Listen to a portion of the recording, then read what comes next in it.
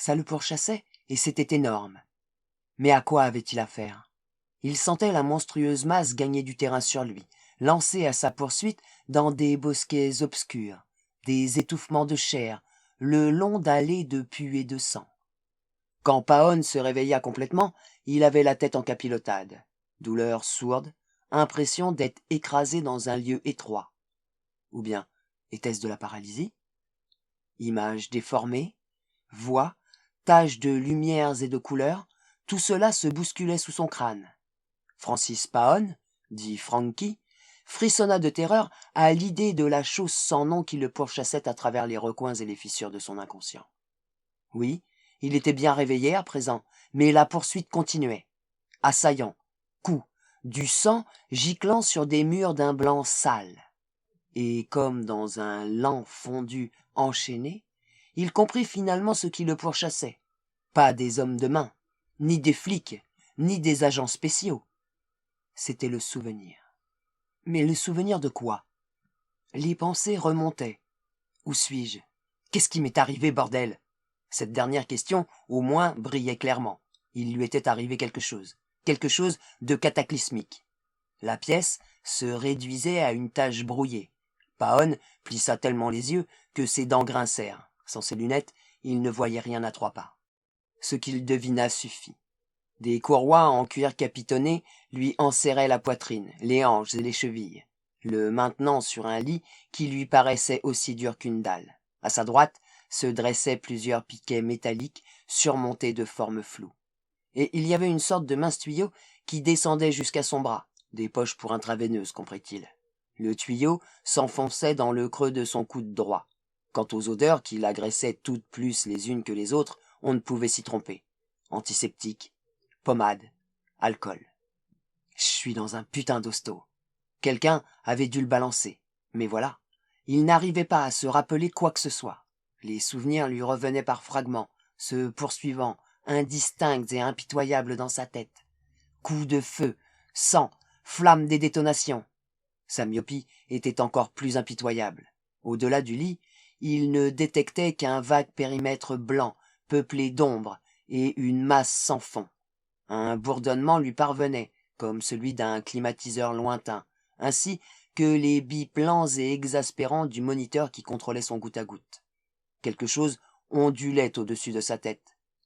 Un pot de fleurs suspendu? Se demanda-t-il. Non. Cela lui rappelait plutôt l'un de ces appareils à bras orientables qu'on trouve chez les dentistes, l'embout d'un appareil de radiographie par exemple. Et les rangées de formes alignées le long des murs ne pouvaient être que des armoires de rangement, des armoires à pharmacie en d'autres termes. Ouais, je suis à l'hosto, pas de doute. Dans une unité de soins intensifs, pas de doute non plus. Et solidement attaché. Pas seulement aux chevilles, mais aussi à hauteur des genoux. Des genoux? Et même des épaules. Des courroies immobilisaient également son bras droit sur une planchette et l'aiguille du goutte à goutte était maintenue par du sparadrap blanc. Il regarda alors son bras gauche. Il n'y avait d'ailleurs que ça à voir. Un bras. Aucune main au bout. Et quand il voulut bouger la jambe droite, il n'y avait qu'un moignon de quelques centimètres au-dessus du genou, d'où l'impression d'être attaché. C'est un cauchemar. Il aurait bien aimé, mais la sarabande des souvenirs avait trop de réalité pour n'être qu'un rêve, de même que la douleur. De la douleur, il y en avait en masse. Respirer, déglutir, et même cligner des yeux, tout lui faisait mal. La douleur lui tordait les boyaux comme un acide tiède. Quelqu'un m'a baisé royalement, dut-il admettre. L'aile des taulards, aucun doute, et il y a sans doute un flic juste derrière la porte. Il savait où il se trouvait à présent, mais il était terrifié à l'idée de ne toujours pas se rappeler exactement pour quelle raison il s'y trouvait. Les souvenirs faisaient rage, se poursuivaient. Lourdes chutes, cris, une voix tonnante déformée comme par un mégaphone. Bordel! Il aurait bien voulu se rappeler, mais rien ne lui venait. Les souvenirs, pourtant, l'assaillaient. Coups de feu, pistolet, fusil, sensation de son pétard lui sautant dans la main. « Hé !» cria-t-il. « Y aurait pas quelqu'un pour m'aider ici ?» Un claquement retentit sur sa gauche, une porte s'ouvrit et se referma. Léger bruit de pas se rapprochant, puis soudain une silhouette éclatante, floue, se pencha sur lui. « Cela fait longtemps que vous êtes réveillé ?» fit une voix de femme au timbre plat. « 1 ou 2 minutes, dit-il, avec des élancements douloureux dans la gorge. Pouvez pas venir plus près? C'est à peine si j'arrive à vous voir. La silhouette se rapprocha. Ses traits se précisèrent. Vous savez où sont mes lunettes? Demanda Paon. Je suis myope comme une taupe. Vos lunettes sont tombées sur le lieu du crime, répondit-elle d'un ton uni. Sur le lieu du crime? La pensée vint crever comme une bulle. On a envoyé quelqu'un les chercher, reprit-elle. Il ne devrait pas y en avoir pour longtemps. Elle l'étudiait, le regard dépourvu d'expression. Elle se pencha sur lui, comme pour lui prendre le pouls. « Comment vous sentez-vous »« C'est horrible. J'ai le ventre qui me fait mal à en crever. Et ma main ?» Clignant des yeux, Paon leva le moignon bandé sur lequel se terminait son bras gauche. Merde, il n'avait même pas envie de poser la question. L'infirmière s'était tournée pour tripoter les appareils de contrôle. Paon continuait de se débattre contre la poursuite effrénée des souvenirs. D'autres images se mirent à s'agiter dans quelques recoins mentaux. Des fragments de lattes et de dalles de plafond lui pleuvaient sur les épaules. La cacophonie démente de ce qui ne pouvait être qu'un pistolet mitrailleur. Une tête explosant réduite en bouillie. L'expression toujours indéchiffrable, l'infirmière lui rendit son regard. « De quoi vous souvenez-vous, monsieur Paon ?» Il n'alla pas plus loin. Écarquilla les yeux. Il n'avait jamais une véritable pièce d'identité sur lui quand il était sur un coup, et son véhicule était soit maquillé, soit volé avec des plaques bidons. La question eut du mal à sortir de sa gorge. « Comment connaissez-vous mon nom ?»« Nous savons tout sur vous, monsieur Paon, » dit-elle en dépliant une feuille de papier. « La police nous a laissé un double de ce téléx de Washington. Francis K. Paon, dit Frankie. On vous connaît 7 pseudonymes. Vous avez 37 ans, vous n'avez jamais été marié et vous ne disposez d'aucun domicile légal. En 1985, vous avez été condamné pour avoir tenté de vous soustraire à des poursuites pour transport inter-État de matériel obscène mettant en scène des mineurs et de je ne sais combien de violations de l'article 18 du Code pénal des États-Unis. Vous avez purgé votre peine au pénitencier d'Alderton, dont vous avez été relâché au bout de 72 mois, confusion de 2 peines de 11 et 5 ans de prison. Vous faites partie de la famille criminelle Vincenti. Vous vivez de la pornographie infantile, monsieur Paon. Bordel! Sale putain de coup pour la fanfare! Je me suis fait avoir en beauté. Il n'avait pas de mal à se l'imaginer. Coincé dans une unité de soins intensifs, ficelé comme un saucisson après s'être fait canarder comme un colvert en tôle dans une baraque de tir, une main disparue, la moitié d'une jambe en moins, avec cette espèce de garce lui lisant le récit de ses exploits sur un fax du FBI. Sûr, comme 2 et 2 font 4, que ce n'était pas pour vol à l'étalage chez un marchand de bonbons qu'il était là. « Vous ne savez pas de quoi vous parlez, » répondit-il. Elle eut un regard de mépris absolu. Son visage paraissait avoir été taillé dans le granit. Ouais, je parie qu'elle a elle-même 2 mômes qui sèchent les cours pour aller fumer du shit. Sans compter sa bagnole qui vient de tomber en rideau, l'assurance qui arrive à échéance, et son mec qui se pointe toujours en retard le soir, trop occupé qu'il est à sauter sa secrétaire et à sniffer quelques lignes de coke sur ses nénés. Et voilà que c'est ma faute si le monde est un vaste merdier plein de pervers et de pédophiles. C'est ma faute si t'as des tas et tas de mecs qui sont prêts à allonger les bifetons pour ce genre de film, ma cocotte, vas-y, mets-moi ça sur le dos, pourquoi pas. Ah, j'oubliais, ajoute-y le problème de la drogue tant que tu y es. Et pourquoi pas la récession en Extrême-Orient et le trou dans la couche d'ozone. Tout ça, c'est ma faute, pas vrai? De quoi vous souvenez-vous, monsieur Paon? La question le tenaillait. Les bouts de souvenirs étaient aussi flous que la pièce pour ses yeux myopes. Les balles pénétrant la chair, le mégaphone avec sa voix rauque, les cartouches éjectées et leurs volutes de fumée. Et le pourchassait encore plus loin, le traquant avec autant de détermination qu'un puma traque un daim, tandis que Paon fuyait toujours, mourant d'envie de savoir et n'osant pas, cependant, jeter un coup d'œil par-dessus son épaule. « Eh merde, rien !» finit-il par répondre, « juste des bouts de trucs !» Elle parut surtout se parler à elle-même quand elle répondit. « Amnésie globale passagère, rétrograde et généralement non aphasique, provoquée par un choc traumatique extrêmement violent. Ne vous inquiétez pas, c'est un symptôme très courant et qui ne dure pas. » Elle le perçait de ses grands yeux bleus. « Je vais donc vous rafraîchir la mémoire. Il y a plusieurs heures, vous avez assassiné 2 policiers de l'État et un agent du FBI. » La mâchoire inférieure de Paon s'affaissa. La chasse s'arrêta sur le champ. Le puma de la mémoire venait de foudroyer sa proie. Il se souvenait de tout à présent. Les pièces se mettaient en place comme dans un puzzle que l'on connaît par cœur. La bande originale, Rhodes, les Guignols et tout le sang. Un jour de plus, 10 billets de 1000 de plus, pensa Paon, en montant les 3 volets de marche conduisant à l'appartement de Rhodes. Il portait des gants de fil. Il n'était pas le genre de crétin à laisser ses empreintes dans le voisinage immédiat de la piaule de Rhodes. Il frappa 6 coups à la porte, sifflotant Love Me Tender en même temps. « Qui c'est » fit une voix. « Le Père Noël » répondit Paon. « Tu devrais vraiment penser à t'équiper d'une cheminée. » Rhodes le fit entrer, puis referma et verrouilla rapidement la porte. « T'as pas été suivi ?»« Non, rien qu'un bus de fédéraux et une équipe de télé de 60 minutes. » Rhodes eut un regard mauvais. « Va te faire foutre. Si t'es pas capable d'apprécier la plaisanterie, » pensa Paon. Il ne l'aimait pas beaucoup, ce mec. Une ordure de Newark, un taré. Rhodes avait tout d'un gringalet anorexique après une intervention de chirurgie esthétique ratée avec ses longs cheveux frisottés sur une tête de cadavre pour salle de dissection. Rhodes était ce que dans l'argot du métier on appelait un snatch-cam, autrement dit un sous-traitant en quelque sorte. Il enlevait les mômes ou les louait à des types travaillant à la pige, et puis il tournait les films lui-même. Le circuit. Tel était le nom que le département de la justice donnait à cette filière de la pornographie clandestine, une industrie au chiffre d'affaires d'1,5 milliard de dollars par an que presque personne ne connaissait et sans grand rapport avec les classés X que l'on pouvait discrètement mais légalement louer au club vidéo du coin. Paon s'occupait de toutes sortes de films clandestins, scènes de viol, sado-maso sans chiquet, bestialité, snuff movies, porno môme et prépubères. Paon récupérait les bandes originales auprès de types comme Rhodes et se chargeait de les acheminer jusqu'au labo mobile de Vincenti où l'on tirait les duplicata, les duplis. Le réseau de Vincenti contrôlait pratiquement le porno clandestin de l'Est. Paon était son intermédiaire et faisait partie de la famille. Le commerce passait par des boîtes aux lettres et des points de distribution codés. Vincenti payait 2000 pour un original de 20 minutes si la résolution était bonne. Il était alors dupliqué plusieurs centaines de fois et vendu à des clients ayant un penchant pour ce genre de perversion.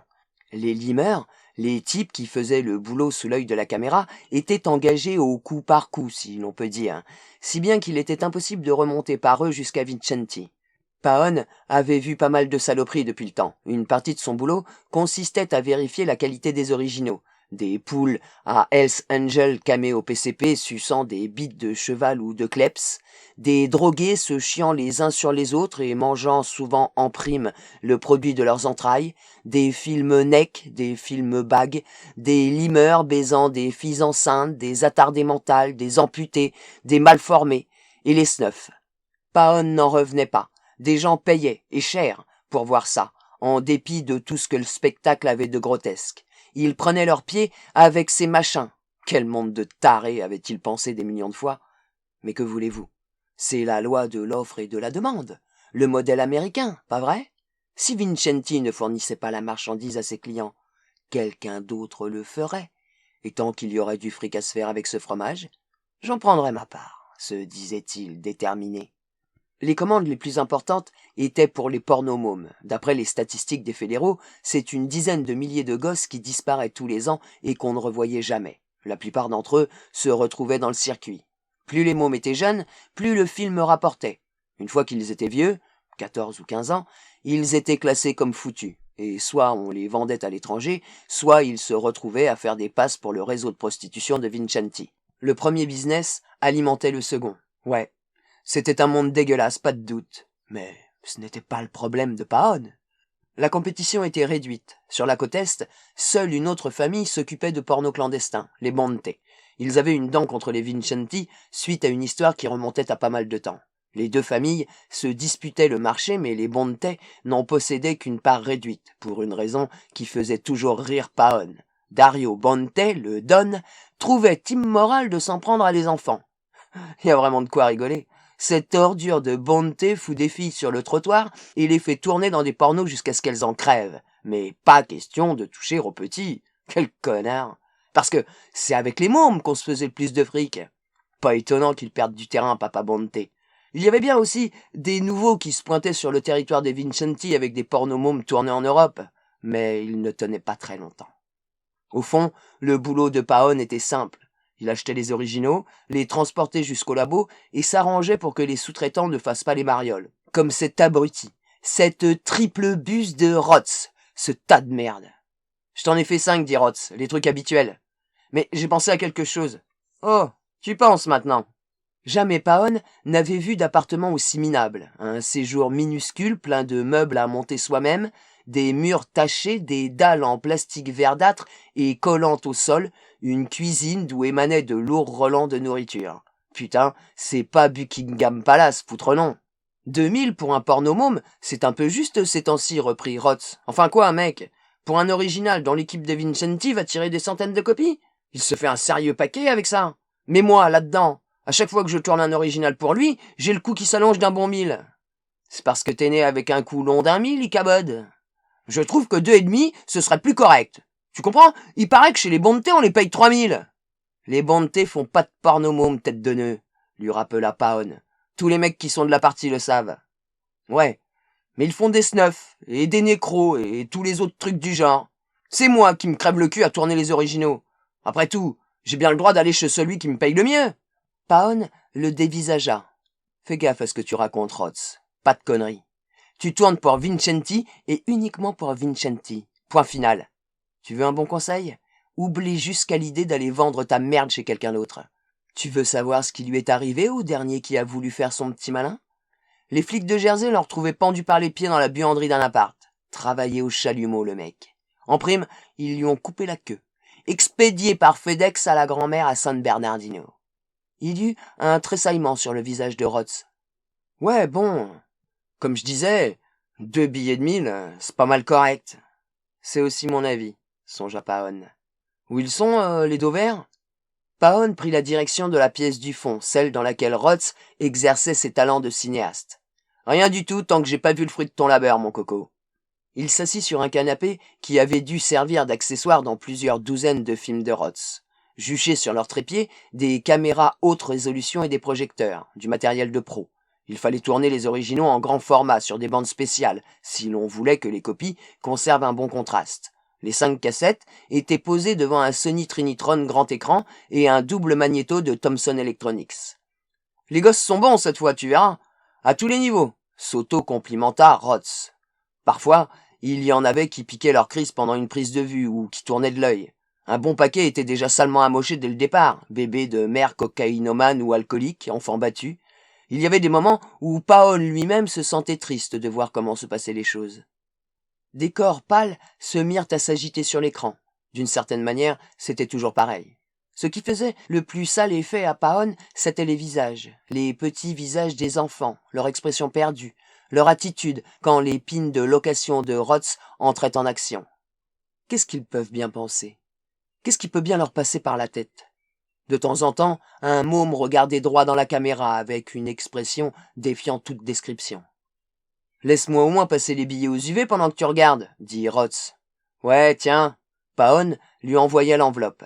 Il avait l'impression d'avoir un masque d'argile sur le visage quand il visionnait ses films. Rotz leur trouvait toujours des titres se voulant amusants, comme « Allez, Vaseline »,« Jeune et impuberbe »,« La chambre de bijoux ». Pour le moment, il enfilait des gants de nylon. Il enleva ensuite les bandes qui retenaient les billets de 100. 10 000. En fin de compte, ça ne faisait pas grand-chose. Il examina les billets un par un, des deux côtés à l'aide de sa lampe à ultraviolet.